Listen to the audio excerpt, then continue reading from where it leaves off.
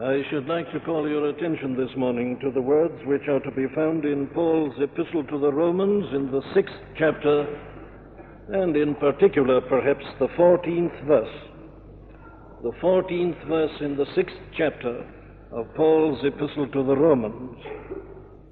For sin shall not have dominion over you, for ye are not under the law, but under grace. For sin shall not have dominion over you, for ye are not under the law, but under grace. We resume our consideration of a theme since the second Sunday morning of this present year, namely the theme of what we have described as spiritual depression. In other words, we are considering the case of large numbers of people who, while they're clearly and obviously Christians, are not happy. They can almost be described as miserable Christians.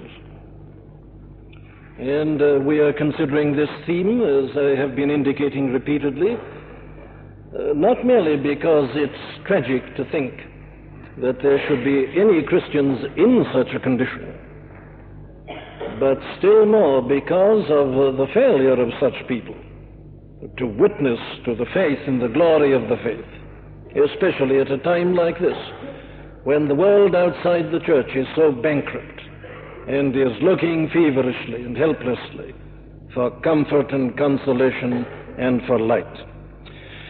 So we look at it for those reasons. It is actually something quite incongruous. The very terms are a contradiction in and of themselves. Miserable Christian, depressed Christian, spiritual depression.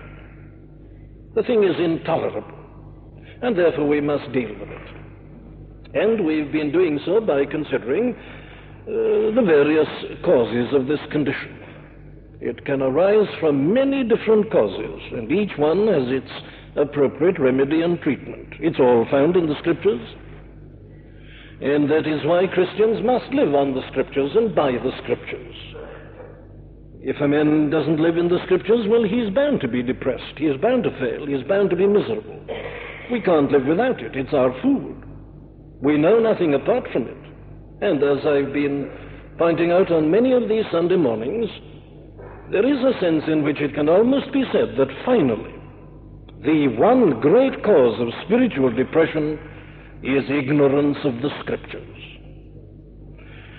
And here again we shall find that illustrated as we come back to a consideration of this great 6th chapter of the Epistle to the Romans. The particular cause of spiritual depression which is dealt with here is that sense of failure and of frustration that often arises in the life of the Christian because of the problem of sin. I'm sure that all ministers and pastors would agree with me when I say that probably nothing brings people to us more frequently than some problem connected somehow or another with failure in the living of the Christian life, some falling into sin, some sin that harasses and bothers and gets this individual down constantly in spite of all efforts and endeavors. The problem of sin. Some particular sin, or perhaps a number of sins. Now, that is the problem that is really dealt with in this great chapter. The apostle takes it up, of course, in its context. He is interested primarily in the way that certain people misunderstand the doctrine of grace. And because he has said at the end of the previous chapter, where sin abounded, grace did much more abound, some were tempted to say, well, very well, if that is so, let us continue in sin that grace may abound. And he is out to ridicule any such suggestion and to show how it displays a complete failure to understand the very basis of the Christian's position. But in doing that, incidentally, he does show us in a most amazing manner the way in which the Christian does have victory over sin. Sanctification in the Epistle to the Romans does not start in chapter 8, but in chapter 6. And there's no need to wait until we get on to chapter 8. It's all in chapter 6. And I want to try to show you again this morning how the apostle unfolds to us and shows us this way of true victory, even while we're in this life and in this world. Now, we've already looked at this chapter twice, but I come back to it again because I want, if I may, to gather up what I said on the two previous occasions and to apply it, because the apostle himself does that very thing. Very well, then let us put it like this.